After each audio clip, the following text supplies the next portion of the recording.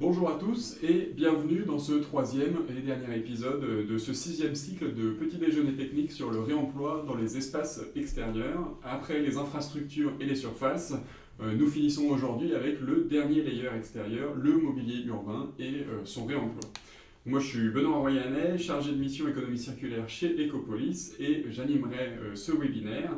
À mes côtés pour cette heure, Élodie Massé, responsable du pôle circularité des bâtiments et sobriété foncière au CSTB. Bonjour. Bonjour. Marius Quesson, chef de projet réemploi chez CycleUp. Bonjour. Bonjour. Et Alexandre Pavoine, responsable des activités économie circulaire des matériaux du BTP au CEREMA. Bonjour. Bonjour. Merci à tous les trois d'être présents aujourd'hui dans les locaux d'Ecopolis et d'intervenir pour ce webinaire. Avant de commencer, petit point sur les questions. Vous pouvez les poser à tout moment dans le chat en indiquant bien à qui elles s'adressent. Nous prévoyons de répondre à une partie de celle-ci et après les autres trouveront réponse a posteriori dans une FAQ ou justement en réponse des commentaires directement sur l'événement. J'en profite également pour refaire un petit point sur Ecopolis. Donc c'est l'association francilienne qui fait partie du réseau bâtiment durable. Qui a 4 grandes missions par rapport la promotion du bâtiment durable, justement, l'animation, l'information, la formation et l'accompagnement de projets. Ces 4 missions, elles se déclinent sur l'économie circulaire grâce à un programme d'action dédié qui est soutenu par nos 4 partenaires financiers que sont l'ADEME Île-de-France, la métropole du Grand Paris, la région Île-de-France et la DRIEAT Île-de-France. Elle se décline sur l'animation avec une journée francilienne d'économie circulaire dans le bâtiment et l'aménagement qui revient pour une 5e édition le 16 septembre. On en reparlera à la fin de ce webinaire. Sur l'information avec l'espace thématique économie circulaire sur ecopolis.fr, des formations sur le réemploi et l'accompagnement notamment avec le programme de rénovation circulaire des bâtiments publics dont une session est ouverte aux collectivités le 7 juillet pour parler d'intégration du réemploi dans les marchés publics. Côté information, justement, sur ce sujet d'intégration dans les marchés publics, on a sorti, il y a maintenant 2 mois, un nouveau portail construction circulaire avec des ressources issues de la métropole du Grand Paris et de la démarche Métabolisme Urbain 2 de pleine commune, notamment une FAQ de 50 questions, un book de REX de 20 opérations, une cartographie d'acteurs de l'économie circulaire qui sortira bientôt, et un clausier déjà en ligne de 107 clauses pour tout type de marché, documents, opérations, et notamment dans les espaces extérieurs avec la fourniture de matériaux recyclés ou de réemploi et ou des clauses sur la dépose. Par rapport au programme, donc, nous aurons l'introduction, donc on en vient au sujet du jour, le réemploi de mobilier urbain. Le dernier layer de la classification SCRBE qui rassemble des produits, équipements et matériaux qui sont assez variés et dont les propriétés techniques attendues diffèrent grandement et qui compliquent plus ou moins leur mise en œuvre. Donc pour présenter ces potentialités, on accueille de nouveau Élodie Massé du CSTB qui en profitera pour rappeler brièvement les notions de layer qui ont été déjà présentées dans le premier épisode de ce cycle et qui parlera des potentialités de réemploi sur ce layer en question. Après, on passera à Marius Quesson de CycleUp pour prendre le relais avec le projet de requalification de la place Regensburg à Clermont-Ferrand. BET réemploi du projet illustrera plusieurs exemples de réemploi de mobilier urbain, in situ, ex situ, finalement écartés ou mis en œuvre. Plusieurs raisons techniques qui expliquent ces choix qui seront expliqués. Et cette opération a été labellisée 2EC par le CEREMA, c'est Alexandre Pavoine qui nous en dira plus sur ce label et sur le suivi du projet Regensburg. Ça sera l'occasion de conclure ce cycle de 2-3 épisodes en élargissant la focale, puisque ce label il s'intéresse à plusieurs types d'opérations de l'aménagement au bâtiment. Et on aura un temps de questions-réponses après chaque présentation, avant de conclure en annonçant les prochains rendez-vous d'Ecopolis et les replays déjà disponibles de ce cycle. On va tout de suite passer à Élodie Massé sur la présentation des layers appliqués aux espaces extérieurs. Bonjour à toutes et tous. Alors le réemploi a globalement été abordé en France il y a une dizaine d'années de façon beaucoup plus importante en se focalisant sur la valorisation de l'existant qui n'avait pas nécessairement été prévu réemployable. Ça a pourtant été théorisé dans les années 90 par Stuart Brand, le fait que les bâtiments devaient être conçus de façon plus circulaire en vue d'un réemploi futur, mais pas uniquement, aussi pour préserver le bâtiment et allonger sa durée de vie potentielle. Donc Stuart Brand a théorisé ça plutôt à l'échelle bâtimentaire avec un certain nombre de couches qu'il a définies ayant des durées de vie différentes auxquelles on devait réfléchir pour pouvoir faire des interventions sur le bâtiment en fonction des durées de vie penser le bâtiment avec une accessibilité des différentes couches pour éviter de venir endommager d'autres couches lors d'une réparation par exemple. Donc voilà, de pouvoir allonger la durée de vie du bâtiment. Vous pourrez regarder le premier épisode pour un petit peu plus de détails. Dans le cas du projet européen FCRBE, donc cette théorie a été reprise et étendue aux espaces extérieurs. Donc il y a eu l'introduction de 3 couches qui sont les infrastructures, les surfaces et le mobilier urbain. Et donc concrètement, les bénéfices d'une réflexion sur les couches, donc c'est l'optimisation de la maintenance, la maximisation de la conservation des éléments, puis la facilitation d'un réemploi futur. Donc il y a vraiment des notions clés qui sont à retenir, qui sont l'indépendance des couches, l'accessibilité, la réflexion sur les durées de vie pour optimiser en fait les interactions entre les couches et les connexions, donc des connexions plus démontables. Donc la finalité, c'est l'anticipation de la circularité au sens large. Et donc on va parler aujourd'hui un peu plus de la possibilité sur la couche du mobilier urbain. Donc pour rappel, de quoi on parle globalement sur les couches des espaces extérieurs. Donc en infrastructure, on peut réfléchir au réseau, à des ouvrages de génie civil, donc notamment dans le petit déjeuner numéro 1, il y a eu la présentation de la passerelle Lucie Bréard. Les réseaux ferroviaires également peuvent se prêter à cette réflexion. Pour les surfaces, donc on a les pavés, les bordures. Donc, dans le deuxième petit déjeuner, il y a eu une présentation qui a porté pas mal sur les pavés, dans laquelle d'ailleurs a été abordé aussi le réemploi de mâts d'éclairage, donc là qui est plus en lien avec le sujet d'aujourd'hui, qui est le mobilier urbain. Donc on peut en effet réemployer des éclairages, des bancs, des abribus, de la signalisation, des jardinières. Et donc on va faire un petit focus sur ce dernier layer. Alors en fait, contrairement au bâtiment, il y a un avantage qu'on va avoir dans le mobilier urbain pour vraiment mobiliser les acteurs sur l'intégration de réemploi de mobilier urbain, qui est que l'article 58 de la loi AGEC prévoit une obligation d'intégration de réemploi pour les acteurs de l'État, les collectivités territoriales et leurs groupements, avec des objectifs évolutifs, donc entre 2024 et 2030. Donc on a des objectifs évolutifs plutôt sur la partie recyclage. Sur la partie réemploi, on est avec un objectif fixe de 5% de l'approvisionnement en fait, qui doit être issu du réemploi ou de la réutilisation. Donc de quoi on parle? Donc des abribus, des bancs publics, des jardinières, des aires de jeu, de la signalisation routière, des abris vélos, donc tables de pique-nique, et puis également, donc ça a été introduit plus tard, les infrastructures de recharge pour véhicules électriques. Donc ça concerne quand même principalement du mobilier passif, hormis le dernier. Pour le mobilier actif, il faut savoir qu'il y a aussi un potentiel de réemploi, donc notamment les éclairages. Il y a plus de complexité, mais il y a des solutions qui existent aujourd'hui comme la rénovation des luminaires en LED. Et donc il y a un intérêt en termes de bilan carbone à faire ça, même si c'est pas toujours si simple, mais il y a par exemple Pleine Commune qui l'a beaucoup fait lors des Jeux Olympiques. Voilà, et c'est quelque chose qui peut se faire et se réfléchir.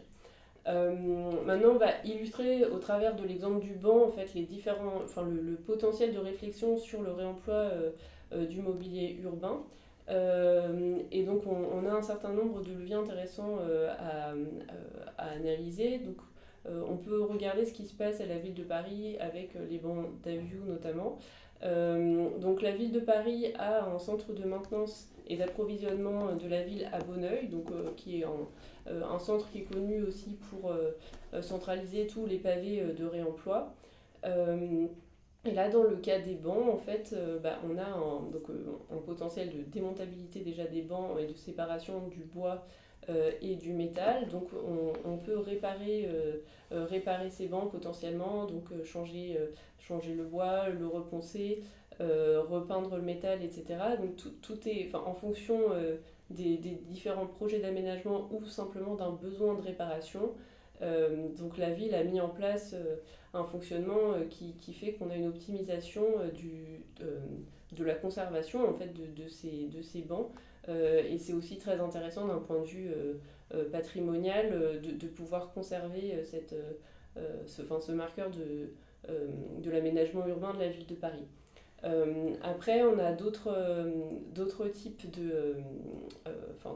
d'initiatives. Donc, par exemple, Streetlife, qui est une entreprise néerlandaise en fait, qui fait des bancs à partir de matières donc soit recyclées, soit réemployées, et qui met en place un take-back scheme donc, pour une remise en œuvre des composants des bancs usagés dans d'autres produits, ou tout simplement remise en œuvre des bancs dans un autre projet. En fait, ils ont prévu la fin de vie de ces bancs. Donc, c'est intéressant de voir qu'on peut avoir soit une collectivité qui prévoit un dispositif en fait, pour le réemploi, la réparation de son mobilier, ou bien des industriels aussi qui finalement peuvent tout à fait en fait, mettre en place une politique de réemploi dans leurs activités. Et après, ce qui est intéressant dans le mobilier urbain aussi, contrairement aux bâtiments où on a quand même souvent beaucoup plus de contraintes sur un certain nombre de performances techniques, le mobilier urbain se prête bien à la créativité et à la transformation, au détournement d'usage. Donc on a un certain nombre d'éléments qu'on va retrouver dans beaucoup de bâtiments qui doivent être rénovés ou déconstruits, qui ne sont pas nécessairement simples à remettre en œuvre tels quels dans un nouveau bâtiment, peut-être parce qu'obsolètes ou trop compliqués à requalifier. Et donc le mobilier urbain, c'est vraiment un terrain de jeu pour ça. Et donc là, on a un exemple de Bâti Récup, qui est une entreprise localisée en Bretagne, sur un projet de logements sociaux, de réhabilitation de logements sociaux, où des garde-corps en fait, ont été donc réemployés pour faire des bancs, des poubelles également, ou des racks à vélo. Donc voilà, c'est quelque chose qui peut être en source de créativité et très intéressant. Voilà, vous aviez un petit panorama là au travers de cet exemple de ce qui peut être intéressant de réfléchir dans le réemploi de mobilier urbain. Et donc, je passe la parole à Benoît. Merci beaucoup.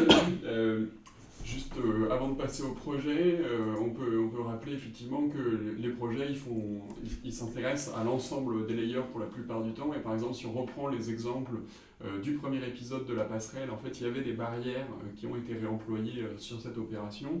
Et effectivement, comme l'a dit Elodie, il y a des luminaires qui ont été réemployés sur l'opération du grand chemin. Donc même si on a fait des focus sur certains layers spécifiques, il y a à chaque fois du réemploi en fait à cheval sur ces différents layers. Je vais laisser la parole à Marius maintenant pour présenter le projet de la requalification de la place Regensburg. Merci Benoît. Donc en effet, pour recontextualiser le projet de requalification de la place Regensburg, c'est un projet dans le centre-ville de Clermont-Ferrand. Donc un projet d'espace public qui a été livré en septembre 2025. Quelques chiffres justement sur ce projet. On avait 6 millions d'euros de montant de travaux, 24 000 m² de surface. On a végétalisé un peu moins du coup de 10 000 m² et planté à peu près de 220 arbres. Ce qui est intéressant du coup, comme l'a dit Benoît en introduction, c'est qu'on a intégré une compétence économie circulaire dans ce projet, tout au long du projet. Donc par le biais d'un bureau d'études réemploi, donc on a suivi ce projet nous Cycle Up, du diagnostic jusqu'au bilan. Et donc, on a également été suivi par le CEREMA pour obtenir la certification, la labellisation de EC. Petite présentation du montage de marché. Donc, la maîtrise d'ouvrage a été le Clermont-Auvergne Métropole. Au niveau du groupement de maîtrise d'œuvre, donc comme je l'ai dit, nous on a intervenu en tant que bureau d'études réemploi, conjointement avec l'architecte paysagiste Atelier Roberta et le bureau d'études VRD Aegis. Au niveau des entreprises de travaux, ils étaient séparés en 3 lots. Le lot 1 était tenu par Eurovia, donc c'est une filiale de Vinci. Le lot 2 qui concernait les espaces verts, le mobilier et les jeux, par Trèves Paysage, donc il y a un paysagiste. Et le lot 3, l'éclairage public, par l'entreprise électrique et Cégélec. C'est dans l'autre sens. Donc, au niveau du montage marché, toujours, donc nous, on a intégré des clauses générales économie circulaire par le biais d'objectifs réemploi. Alors, on avait 2 objectifs de réemploi dans le marché. Tout d'abord, en réemploi in situ, donc on devait attendre 1,5 tonnes de déchets à éviter. Et en réemploi ex situ, 10,4 tonnes de déchets à éviter. Dans ces objectifs, on n'a pas pris en compte le stabilisé et les terres excavées qui allaient faire complètement exploser les compteurs. Donc on a préféré ne pas les intégrer dans les objectifs. Donc on a également intégré des clauses techniques réemploi dans les CCTP pour chaque matériau souhaité en réemploi, donc des clauses particulières de dépose pour le réemploi in situ et les réemplois ex situ, et pour également la requalification et la remise en œuvre pour le réemploi in situ. On a également intégré au CCAP des éléments de réemploi ainsi que des critères réemploi pour l'analyse des offres.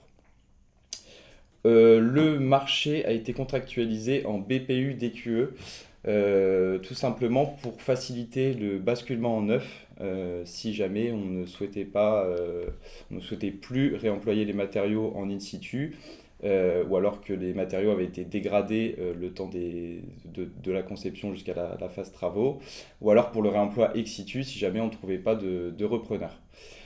Au niveau du schéma de responsabilité, le lot 1 était en charge de la dépose des matériaux. Donc le lot 1, c'était le lot VRD, pour rappel.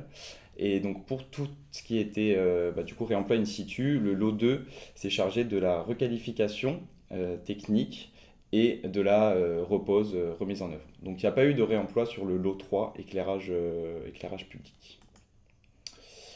Donc, comme je le disais, on est intervenu également sur le diagnostic PMD ressources. Donc, on a déterminé 103 solutions réemployables. Parmi elles, donc, des éléments de mobilier, comme des bancs banquettes, donc des bancs en piétement fonte avec des lattes de bois. Également des bancs avec accoudoir, des arceaux vélos, tout ce qui est potelet, stop-car. On avait également 2 fontaines à boire sur le site. Des poubelles, des barrières de ville, des candélabres, du coup on en a parlé un petit peu tout à l'heure, du stabilisé, des pavés autobloquants. Bon, j'ai pas mis les 103 solutions, mais on avait également des dalles gravillonnées par exemple. Enfin, je vais pas étayer toutes les solutions. Donc ce qui est intéressant de voir, c'est ce qu'on a intégré dans la conception du projet. Alors en réemploi in situ, ce qui correspondait au projet, donc on a travaillé avec les paysagistes et on a réussi à intégrer dans le projet plusieurs éléments. Donc je viens de les citer pour la plupart, donc les bancs banquettes qui correspondaient aux besoins du projet, les bancs avec accoudoir également, les arceaux vélos. Alors ce qui est intéressant, c'est que le paysagiste voulait récupérer uniquement les arceaux qui étaient de forme rectangulaire. Parce qu'à Clermont-Ferrand, il y avait également des arceaux de forme arrondie, mais ça ne correspondait pas au projet, du coup on a décidé de garder uniquement cela. Également les éléments donc corbeille, potelet, stop-car, les fontaines à boire également. En réemploi ex situ, on a mis dans les clauses, dans le pro DCE, les garde-corps et barrières de ville, les candélabres qui étaient encore en bon état, et également les dalles de béton gravillonnées. Donc il y avait un beau gisement de dalles béton gravillonnées, et c'est vrai que c'est un matériau qui est vraiment facile à déposer, à réemployer, donc Nous, on a l'habitude de préconiser en réemploi sur quasiment tous nos projets où il y a des dalles de béton. Et puis ça fait monter assez rapidement dans le tonnage de déchets évités également. En approvisionnement extérieur, alors là on a mis approvisionnement extérieur, mais c'est pas vraiment du réemploi, enfin c'est même pas du réemploi, mais on a sourcé un peu plus de 2000 mètres carrés de pavés béton de chez Chromunus, qui est un industriel dans la région de Clermont. Et donc c'est des pavés avec 30% de béton incorporé recyclé. Donc voilà. Pour ce qui est de la mise en œuvre, donc sur ces bancs qu'on a vu, banquettes qu'on a vu tout à l'heure, donc le lot 1 pour rappel a déposé les bancs, le lot 2 a récupéré ces bancs et en fait a donc du coup démonté les fixations entre les lattes de bois et les piétements, a conservé uniquement les piétements en fonte et donc a procédé à un décapage, remise en pâture de ces piétements. Et puis, comme l'a dit Elodie tout à l'heure, c'est ce qu'on a l'habitude de faire sur les éléments de mobilier. On a remplacé en fait les lattes de bois et les éléments de fixation. Et en plus de ça, donc on avait des bancs simples. On a réussi à créer des bancs doubles et des bancs triples, et ce qui correspondait et qui s'adaptait parfaitement au projet et aux besoins du paysagiste. Donc on a réalisé du coup des bancs doubles et triples. Pour ce qui est des éléments, donc arceaux, vélo, poubelle, potelets, il y a des stop-cars également qui ne sont pas sur cette slide, mais du coup c'est pareil, décapage et remise en peinture. Voilà, c'est vraiment des éléments de mobilier qui sont relativement simples à réemployer parce qu'ils ne nécessitent pas de requalification technique très poussée.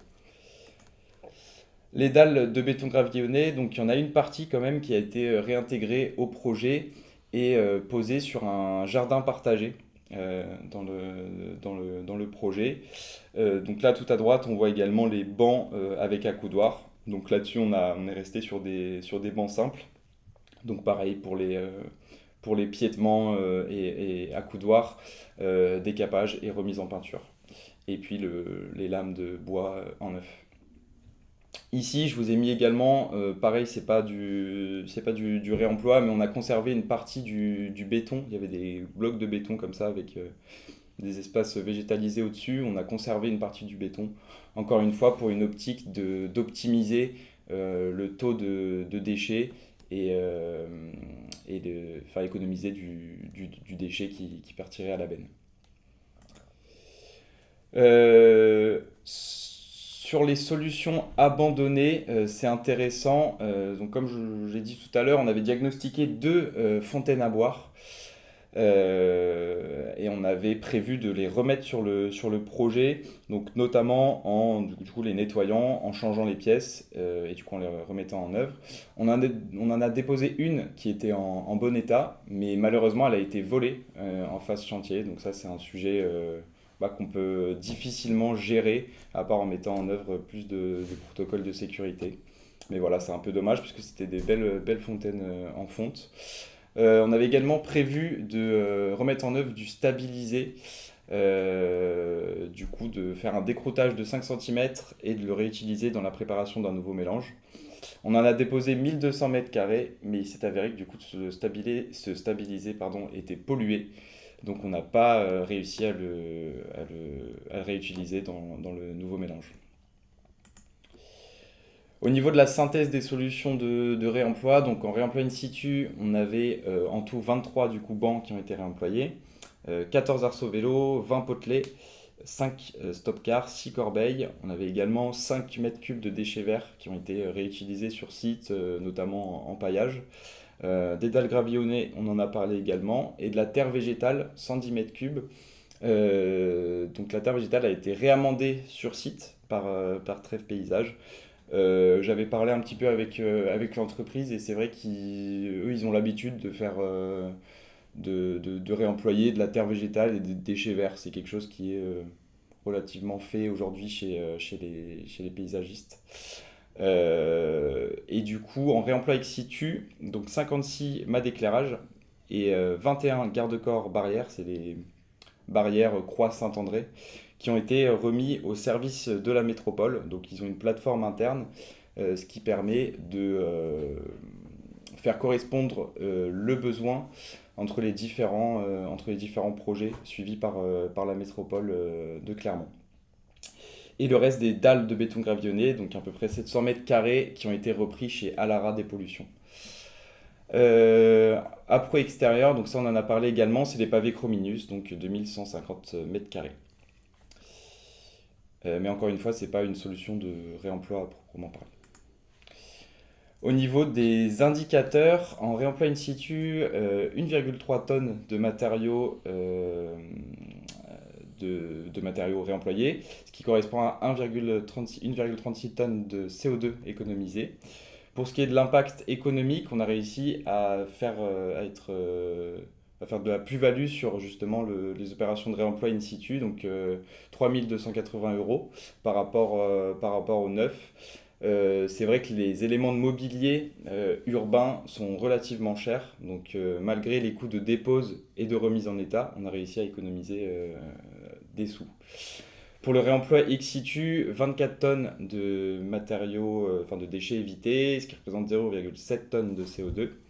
Et par contre, un surcoût du coup de 32 000 €, c'est dû au surcoût de la dépose.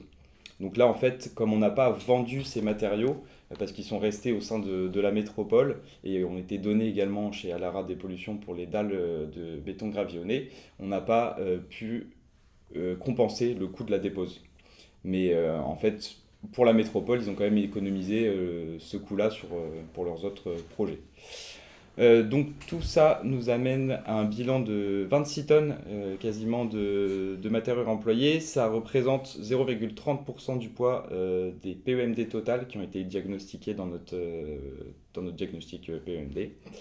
Un peu plus de 2 tonnes de CO2, ce qui correspond à 14 mètres carrés de maisons éco-construites. Et un bilan du coup qui engendre un surcoût, mais comme je l'ai expliqué, qui est largement dû au coût de dépose du réemploi ex situ. Sur les objectifs qu'on avait présentés au tout début, en réemploi in situ, on avait un objectif d'1,5 tonnes de déchets évités. On a atteint à peu près 1,3.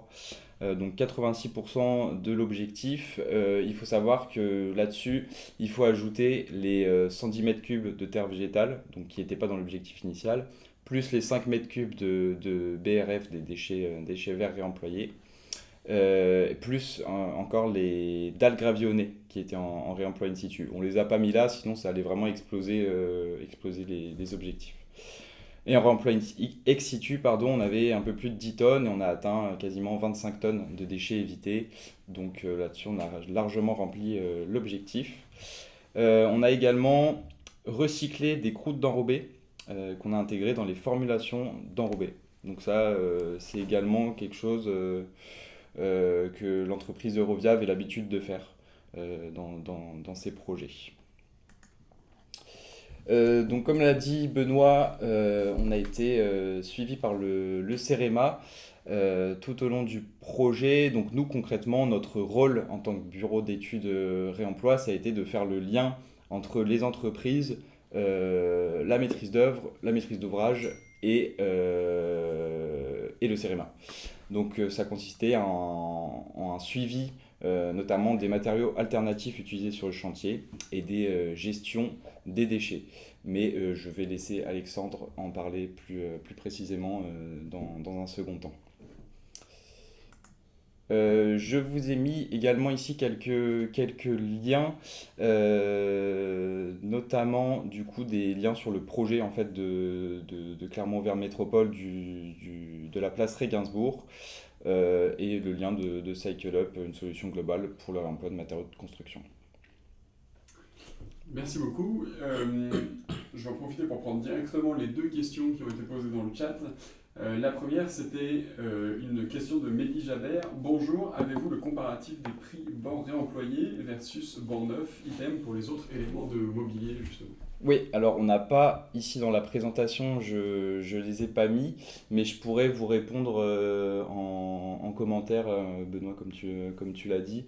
Là en tête, je les ai plus, mais je sais effectivement sur ces éléments-là, on a réussi à économiser et à être rentable, parce qu'en fait les coûts du mobilier urbain neuf sont vraiment énormes, quoi. Ok, merci. Donc on arrive à compenser même en prenant les surcoûts de dépose et de requalification. Ok. Et deuxième question. Pardon, je reprends.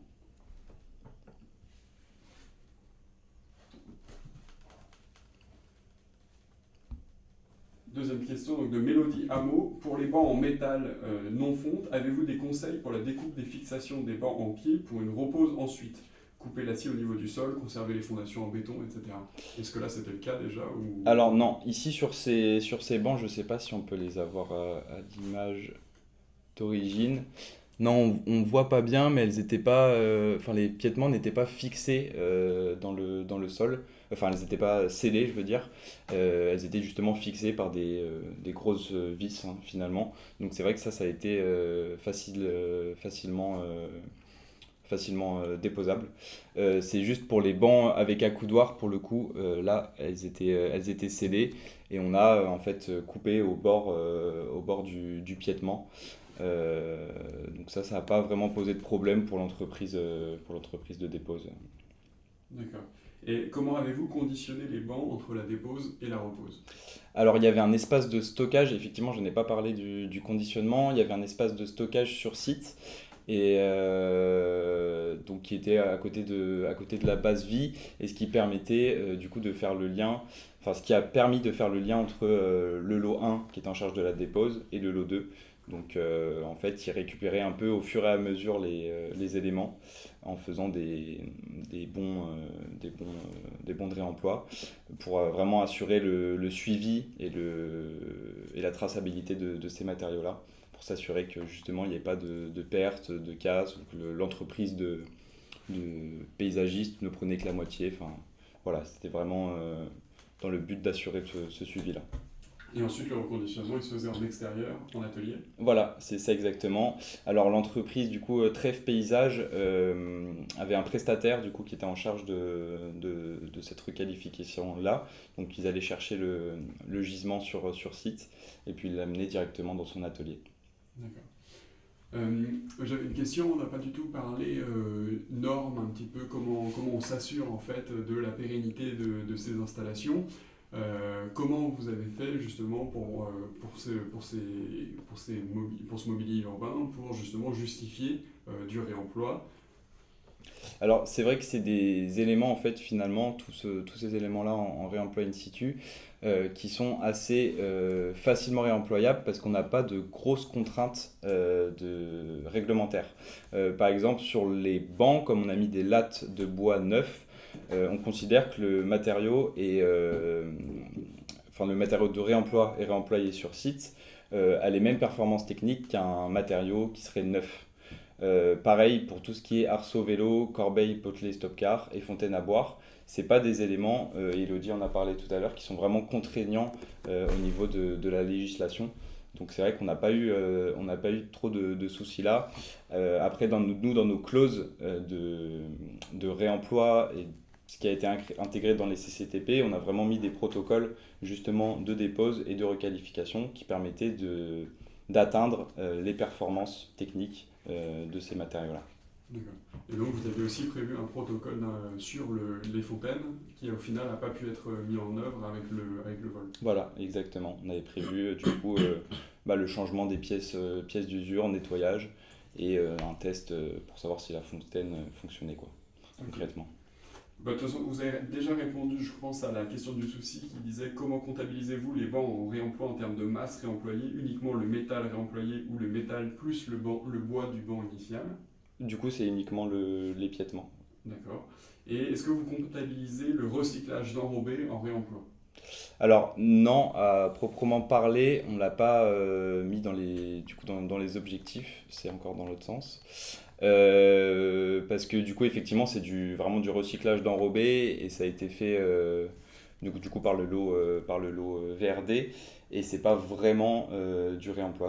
On va plus être dans la phase recyclage parce que c'est déjà des déchets, il y a un changement d'usage. Okay.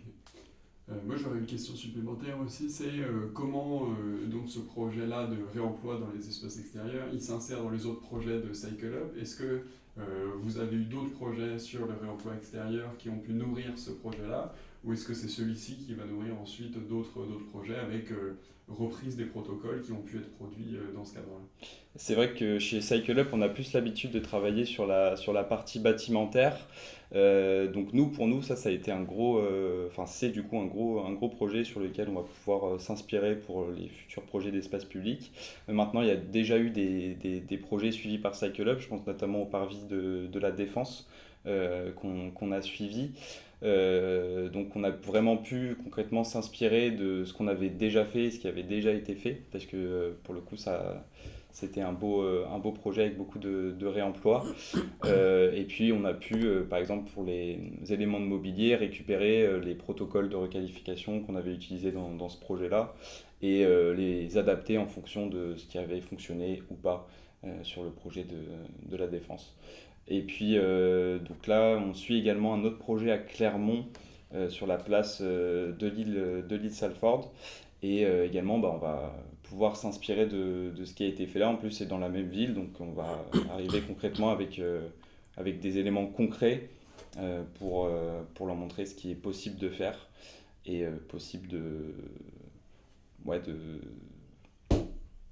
réaliser sur le projet. Okay. Et il y a une nouvelle question dans le chat qui est apparue. Empreinte paysage, quelles sont les garanties de l'entreprise vis-à-vis des mobiliers de réemploi? Alors c'est les mêmes garanties que pour les matériaux en neuf, parce qu'en fait concrètement ils passent par un prestataire et l'entreprise m'a expliqué qu'en fait c'était la même garantie que si c'était un matériau neuf. C'est pour ça que vraiment ça n'a pas causé de problème pour eux. Encore une fois, par exemple, je prends l'exemple des bancs, les lattes de bancs ont été remises en neuf. Donc les performances techniques du produit étaient les mêmes que pour un banc neuf. Donc au niveau des garanties, l'entreprise s'assure de la même manière. D'accord. Et du côté de la métropole de Clermont, est-ce que vous avez des informations sur où vont derrière ensuite les lampadaires et ce qui est fait en fait des gisements qui ont été confiés?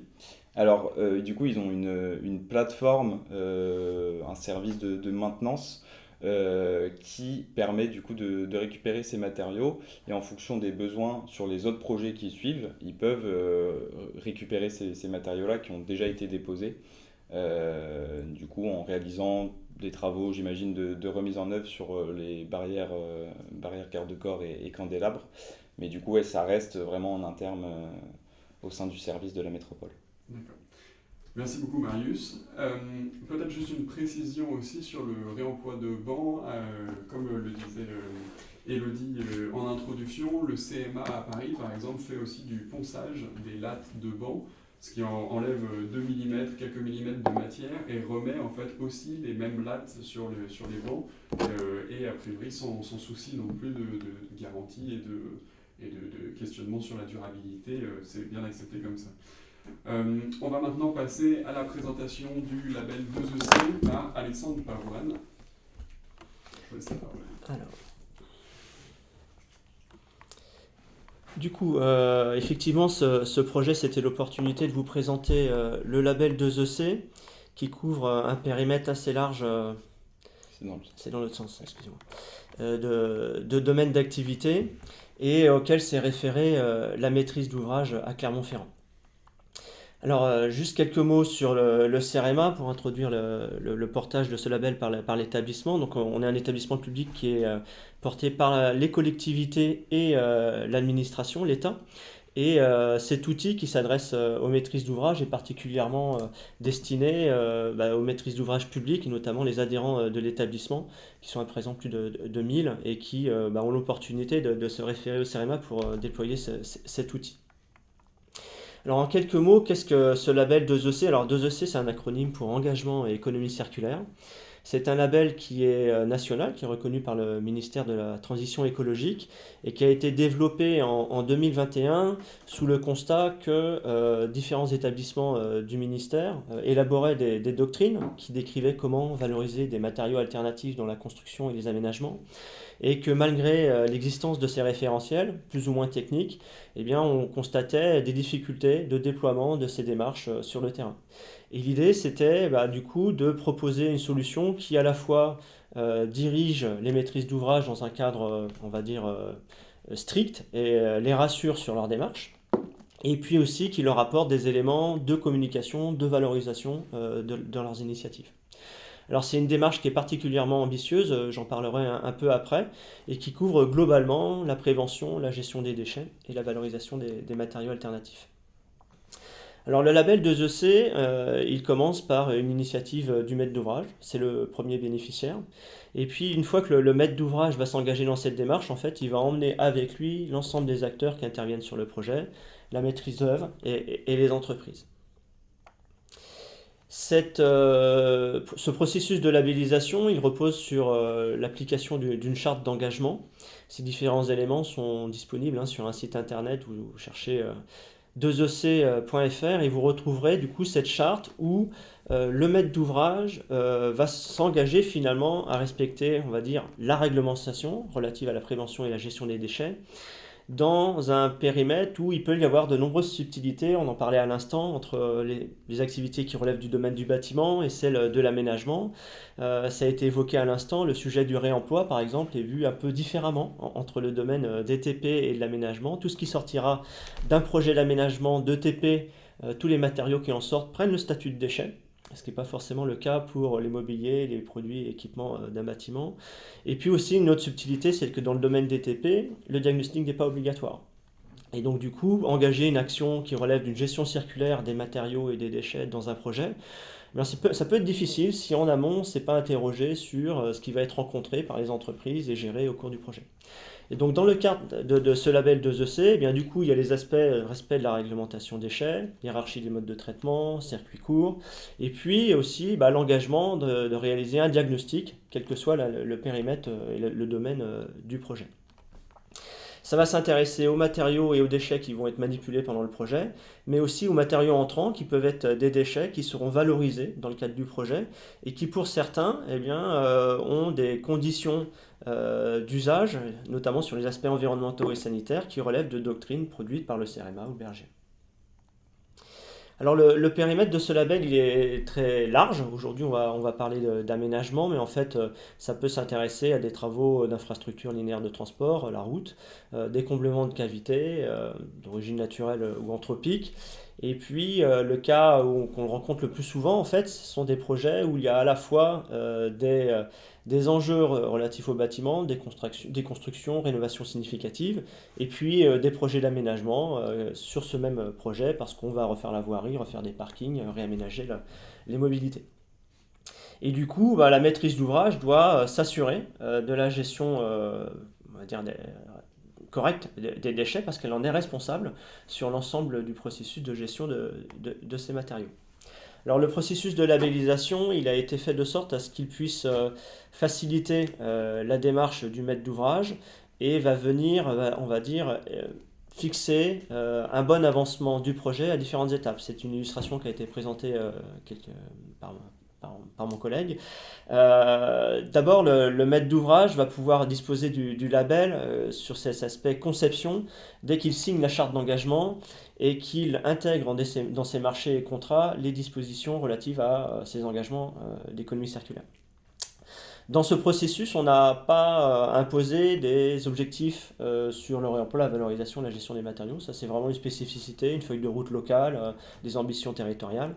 Le processus de labellisation ne fera pas de point sur l'atteinte des objectifs sur ces sujets. Une fois que le maître d'ouvrage a sélectionné les acteurs qui interviendront sur son projet, nous, on vérifie effectivement que ces acteurs ont les compétences pour mener à bien le projet au regard des exigences de gestion circulaire des matériaux et des déchets, et qu'ils sont tous engagés dans la démarche, et on interviendra en fonction de la qualification du projet à différents moments sur site pour réaliser des audits. Donc on accompagne le projet en phase de réalisation, et puis à l'issue de la réalisation, on réalise le récollement du projet pour vérifier que le maître d'ouvrage dispose de l'ensemble des informations relatives à la gestion de ces matériaux. Alors concrètement, appliqué au projet qui a été présenté précédemment, donc du coup c'est effectivement une opération d'aménagement. Les engagements du maître d'ouvrage ont concerné à la fois les déchets de conception, et la valorisation de matériaux alternatifs sur le projet, on va dire des matériaux entrants.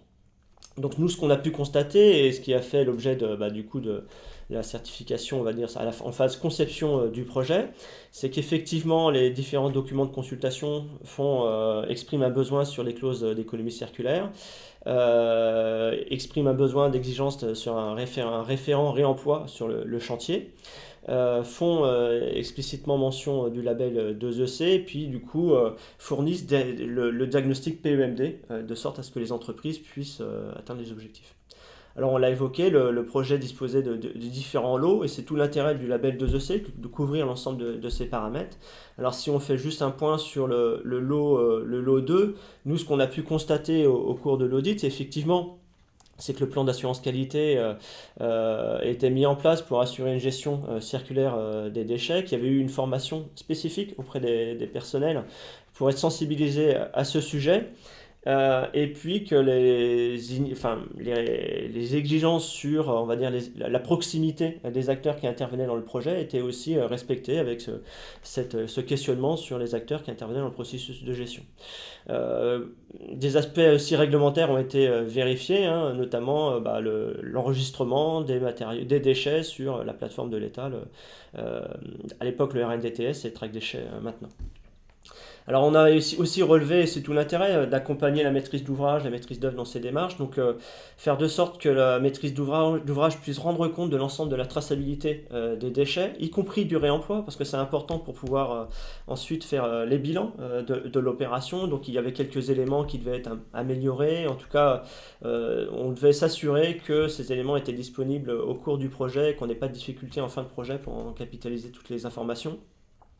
Puis des sujets aussi où il fallait aussi distinguer dans les documents de suivi ce qui relevait de la conception, la réalisation du projet, et puis ce qui était produit par les activités sur le chantier et qui ne doivent pas rentrer finalement en compte dans les bilans de l'opération. Donc ça a donné lieu à un audit complémentaire qui a permis de renforcer les éléments sur la traçabilité des déchets. Et puis, par là, typiquement, le point qui a été évoqué tout à l'heure sur le recyclage des agrégats d'enrobés, qui sont comptés en matériaux, qui ne sont pas comptés dans le réemploi, puisque finalement, ils passent par une opération de transformation et quittent le chantier. Donc là, des petites subtilités où il y a un intérêt quand même d'apporter une vision un peu étendue sur les problématiques de gestion des déchets. Et puis juste pour aller plus loin en quelques instants, pour la thématique DTP, le CEREMA porte un outil numérique qui justement facilite ces différentes démarches de gestion des déchets, le diagnostic, l'élaboration de clauses dans les marchés, la traçabilité, puis les bilans. C'est un outil qui est en phase de test actuellement auprès de 150 utilisateurs et qui sera déployé l'année prochaine par le ministère de la Transition écologique, par le CEREMA. Voilà. Merci beaucoup. On est un peu en avance, donc si vous avez des questions, n'hésitez pas à les poser en commentaire. Moi de mon côté, je voulais savoir, vous avez combien de projets par exemple qui ont été suivis avec ce label, combien sont labellisés jusqu'à la dernière phase, combien à peu près sont en cours, et savoir comment ils se répartissent en fait dans les différents types d'opérations que vous avez présentés au début de... Alors, donc toutes ces informations sont disponibles déjà sur le site internet du label. On en a une quinzaine en cours. Je dirais qu'il y a un tiers des projets qui doivent être achevés. Et pour certains d'entre eux, vous retrouverez des éléments de bilan qui sont déjà disponibles sur le projet. Alors souvent, à l'initiative des maîtres d'ouvrage, on trouve aussi des ambitions sur la décarbonation des projets. Et du coup, on a accompagné aussi la maîtrise d'ouvrage sur cette quantification, notamment en prenant en compte correctement le réemploi dans les projets. Les typologies de projets, ce sont souvent des projets qu'on l'a évoqué aujourd'hui, qui mêlent à la fois des problématiques liées au bâtiment et des projets VRD chaussées. Voilà. Il y a des projets purement infrastructure linéaire de transport aussi, des sujets liés au transport, en transport ferré. Voilà. Et puis, qu'est-ce que je peux vous dire également ? Les activités, ce label est déployé sur l'ensemble du territoire national et porté par chacune des directions de l'établissement. Et donc du coup, l'accompagnement des maîtres d'ouvrage est fait systématiquement par un référent local. Et donc au-delà de la diversité des domaines d'usage, on retrouve aussi une diversité des territoires qui sont engagés dans ces processus. Vous avez aussi parlé du fait qu'il n'y avait pas de pourcentage demandé spécifiquement sur le réemploi. Est-ce que, de ce point de vue-là, vous pensez qu'il y aura une évolution de ce label-là, ou justement c'est totalement un choix assumé qui dure dans le temps de justement laisser ça sur des réglementations ou des initiatives locales? Alors, c'est un choix assumé. On n'y mettra pas justement des objectifs parce qu'on estime que chaque projet a ses particularités. Voilà, si un projet ne peut valoriser que 50% des matériaux, bon, bah, c'est les conditions particulières sur site qui en font état. Si on découvre après coup que des matériaux prennent le statut de déchets parce qu'ils sont pollués, bon, voilà, on ne va pas non plus pénaliser la maîtrise d'ouvrage. Et puis, de toute façon, après, il y a des objectifs réglementaires sur le mobilier urbain, voilà, ça a été évoqué. Dans le domaine de la gestion, dans les TP, il y a des ambitions, des objectifs, et souvent, ils font ces bilans au regard des objectifs nationaux, ce qui est déjà assez vertueux. Voilà. Il y a une question qui est apparue dans le chat de Margot Couturier. Bonjour, combien coûte la labellisation? Alors, le coût de la labellisation, il est défini avec 2 critères. Voilà. La typologie du projet, voilà, si c'est un des projets d'infrastructure, d'aménagement, un projet de déconstruction de bâtiments, et puis on va dire la durée du projet. On a des projets qui ont duré 6 mois, d'autres qui durent 6 ans. Et donc le coût, voilà, elle prend en compte ces 2 données d'entrée. C'est de l'ordre de 8 000 euros pour un petit projet jusqu'à 20 000 euros pour un grand projet. Ok, merci beaucoup. Et ben, si vous avez des questions, vous, au cas où qui vous viennent en tête, mais sinon on va pouvoir passer à la conclusion. Pour les petits déjeuners techniques, donc là on va avoir fini notre 6e cycle sur le réemploi dans les espaces extérieurs. Vous pouvez déjà retrouver en replay disponible les premiers épisodes, donc le premier infrastructure, comment réorganiser les flux en réemploi, avec l'exemple de la passerelle Lucie Bréard de Pleine Commune et avec aussi Schlegerman Berger Partner, sur donc, le premier épisode qui est donc c'est en replay à la fois sur l'événement LinkedIn mais aussi sur YouTube et bientôt sur ecopolis.fr avec une page dédiée à ces différents replays. Le deuxième épisode sur les surfaces, comment requalifier les sols urbains en réemploi avec le projet du Grand Chemin qui avait été présenté là aussi par Est Ensemble et Agence Terre qui étaient les paysagistes du projet. Là aussi sous les mêmes modalités. Et donc bientôt celui-ci de la même façon.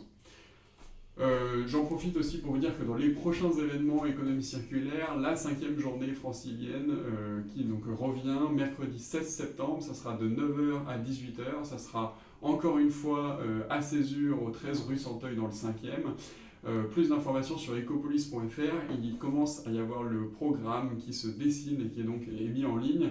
N'hésitez pas à aller le voir et à vous inscrire dès maintenant pour pouvoir avoir le rappel et bloquer la date dans votre agenda. C'est toujours avec le soutien de nos partenaires de l'ADEME, de la région Île-de-France, de la métropole du Grand Paris et de la DRIUAT. Et puis dans les autres événements organisés par Ecopolis, la semaine prochaine, un webinaire sur les systèmes de froid en établissement de santé, sur le fonctionnement, optimisation, financement et cadre réglementaire. Donc ça sera le 30 juin de 11h à 12h15 avec le réseau CART. Donc il s'adresse en particulier aux économes de flux, mais il est ouvert à tous. La visite du Grand Chemin qui aura lieu le même jour, donc le projet qui a été présenté dans notre 2e épisode, ça sera avec le CAUE de Seine-Saint-Denis, donc n'hésitez pas à les contacter et à vous y rendre et à regarder le replay avant d'y aller pour avoir toutes les clés pour comprendre ce projet. Et il reste quelques dernières places pour le tourbus chanvre qui aura lieu mardi 7 juillet, toute la journée aussi, dans le parc naturel régional du Gâtinais français. Le but, ça sera de voir le chanvre du champ jusqu'à l'intégration dans les projets, donc avec visite de projets de chanvrière et de champs. Ça sera avec le soutien de la région Île-de-France sur le programme matériaux biosourcés et géosourcés. Et enfin, sur l'agenda des démarches BDF et QDF, 2 formations sur la démarche bâtiment durable francilien et l'autre sur la démarche quartier durable francilien. Et une dernière commission avant l'été, la commission BDF 70 qui aura lieu à Sciences Po le 9 juillet. N'hésitez pas à aller aussi voir le site pour avoir plus d'informations. Et enfin, tous ces événements sont proposés gratuitement par Ecopolis et si vous souhaitez soutenir nos actions, vous pouvez toujours adhérer à l'association. Ça nous permet de nous développer et de pérenniser en fait nos actions. Il y a en plus de ce soutien d'autres bienfaits, on va dire, pour vous. Vous pouvez accéder gratuitement en priorité à certains des événements, notamment par exemple tout ce qui est des tourbus qui sont pris d'assaut assez rapidement, ça vous permet d'avoir une entrée prioritaire. Ça permet aussi d'avoir des tarifs réduits sur les formations Ecopolis, et puis après on peut toujours discuter de valoriser vos travaux et réalisations sur nos différents canaux, supports et contenus. Et enfin, il y a une communication, une lettre d'info destinée aux adhérents spécifiquement qui s'appelle EcoQuiz. Et puis après, vous pouvez toujours nous contacter à tout moment. C'est l'heure pour moi de clore cet épisode. Merci d'avoir encore été nombreux à suivre ce webinaire. Merci beaucoup à tous mes intervenants pour avoir préparé justement ces présentations et vous être rendus dans les bureaux d'Ecopolis. Bonne journée à tous et à bientôt. Au revoir. Au revoir.